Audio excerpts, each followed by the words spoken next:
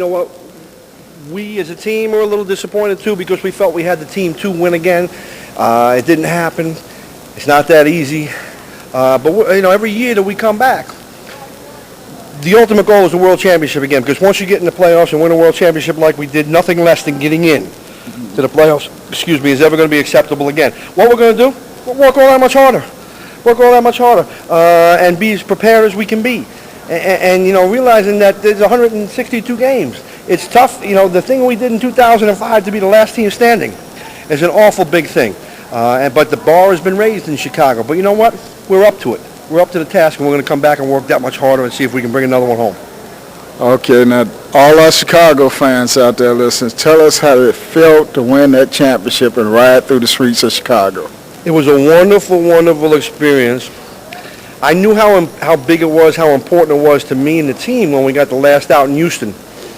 But the parade, and really all my time in the Chicagoland area after that, when people are coming up to you and telling you that they're leaving things at the cemetery for their grandmas and grandpas that didn't stay alive to see it, it gives you a lot better perspective on how important it was to everybody in the city of Chicago.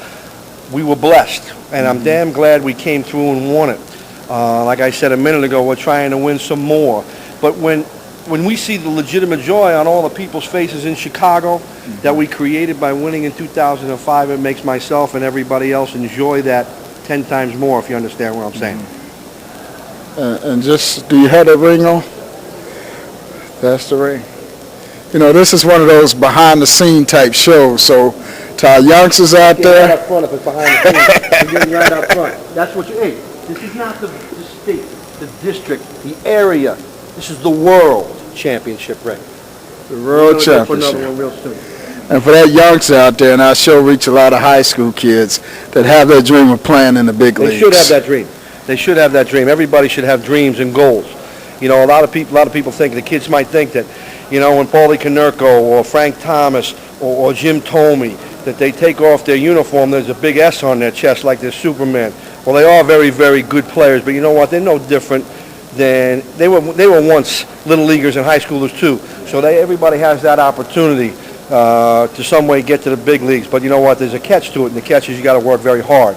And if you do work hard, though, you have that opportunity. And myself, having been a collegiate coach and scouted on a major league level, I tell kids all the time, one of the quickest ways to the big leagues is pitching and catching. What advice would you give to a young pitcher out there right now? Well, it depends on where you're at, but you know what? Compete. Show everybody what you can do. Show them your good live arm, as a pitcher. Show them that you have the ability to be aggressive and confident and throw strikes and dare the hitters to get you. Dare the hitters to try to hit you. Because, there's 9 guys behind you with gloves. Somebody catch that thing if they hit it. To be aggressive. I mean, athletics and any athletics, it's football. It's a competition. So go compete. Show people how you can compete and fight. And that's the best way to do it, and work extremely hard. I don't care what professional sport we're talking about. It takes an awful lot of hard work to get there. Certainly all the kids are capable of that hard work, but it's just up to the kids that go out there and actually do it. You can't sit around and think about it and dream. It's just something you got to get up and be proactive. And there's hard work involved. But, if your dream and goal is that important to you, you'll get after it and give it that hard work.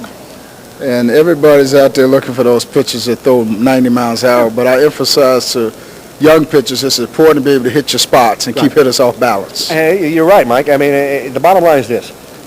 I don't care if you throw the ball 75 miles an hour or 95 or 105. Stuff only gets people out so long. It's location and movement and stuff, but location being number one. That gets you. You can be a successful pitcher that throws 75, 80 miles an hour. I look at Greg Maddux now. He's still very successful. Mark Burley doesn't throw the ball extremely hard. Yeah. Well, so there's different styles of pitching. Not everybody can throw the ball 100 miles an hour. But that doesn't mean you can't pitch. Okay, and we're here for the U-Trip convention this weekend, and you're here to... you know what I'm here to do? I do a lot of these camps, a lot of these coaches clinics, a lot of players clinics all throughout the winter. It's what I've done for the last 30 years. And the reason why I do it is to try to give the good information, the right information on how to help kids get better. And what do they have to do? What's the price to pay? You know, we talk about the mechanics, we talk about the pitches, but just as important to that is building up self-confidence and self-esteem with kids and getting them to believe and getting them to have fun. I do it as a way of giving back because I want to give them the information that I think is going to help them. And this is your second year with them, with Youth Trip? This is my second year coming out here. I think it's the second year of the thing, if I'm not mistaken. It's a great thing that they have here, and I admire coaches that come and want to get more information for the people that they're dealing with, whether it's Little League, whether it's high school, or whether it's college. You know, people want to come out and get more information so they can get better as coaches to give their players, you know, more information to help them succeed. And just one last question, as I say, having coached on the high school, collegiate level myself, and scout, let our youngsters know what it's like in the clubhouse. The clubhouse is like it's a fun house. It's fun. I mean, the clubhouse is a wonderful place. Being a coach, I know certain things we can't tell now. Well, there's some things you can't tell, but it's a place of sanctuary. It's a way to get away from everybody and get prepared for the game, and it's nothing but the coaches and the players in there. It's our group. It's our club. You know, it's our group of guys, and it's a very select group, and it's a great place to be because everybody in that clubhouse has the same goal every day, to come out and win a Major League ball game. So everybody, you know, is in there trying to get prepared, ready to go out at 7:30 or whenever the game starts, you know, and it's an intoxicating thing, wanting to go out there and try to win a Major League ball game every night. So who's the biggest character in the clubhouse? Biggest character? Bobby Jenks is pretty, I'd have to say Bobby Jenks. Well, we're not going to ask you to tell some of those stories because I know from being a coach. Throwing stuff at people. Bobby, you know, he's a good-natured, he's a fun guy, and you know what? You're with each other a lot. Yeah. And you know, on planes, on buses, in stadiums, in hotels, in restaurants, all over the place. And you know, you got to have fun and enjoy yourself and laugh to help the time go by. Yeah.